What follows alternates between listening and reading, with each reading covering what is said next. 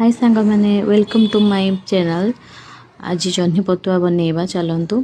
जह्नी पतुआ पे मु प्रथमे कड़ाई प्याज लंका फुटण फुटेकी से परिवा काटिक रखी जो जह्नी आलू ताको पकेली आउ पेस्ट टी जो देखुंत यही पेस्ट एक्चुअली बादाम आ रसुण लंका जीरा आ प्याज पकेकी पूरा भलसे पेस्ट करेची। पेस्ट रे टिके बिलाती देइथिली आउ एठी जो पकेइथिली जह्नी आलू जिते बड़े देखिए टिके जरी आसो जरी आसला परे से जो पेस्ट जह्नी आलू जरिला परे जेतिकी अमाउंट थी ताकू देखिए आपण पसंद रे पेस्ट टी देबे।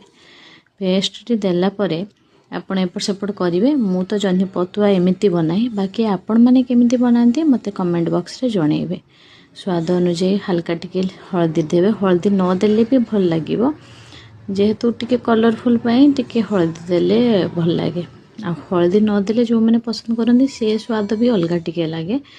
आउ स्वाद अनुसार लुण भी टिके मु आगुआ दे देथिली, सेथमे शीघ्र जह्नीटा जरीगला। एमिति ढंके देवे 2-3 मिनिट पर आपणकर रेडी हो जिवो जह्नी पतुआ। आउ जह्नी पतुआ तो मु एमती बनैली देखिली, आपण माने केमिति बनाती मते कमेंट बॉक्स रे जणेबे। बादाम रे जह्नी पतुआ बनैकी खाइले तार टेस्ट अलगा, मसला रे अलगा। रहिली। जय जगन्नाथ।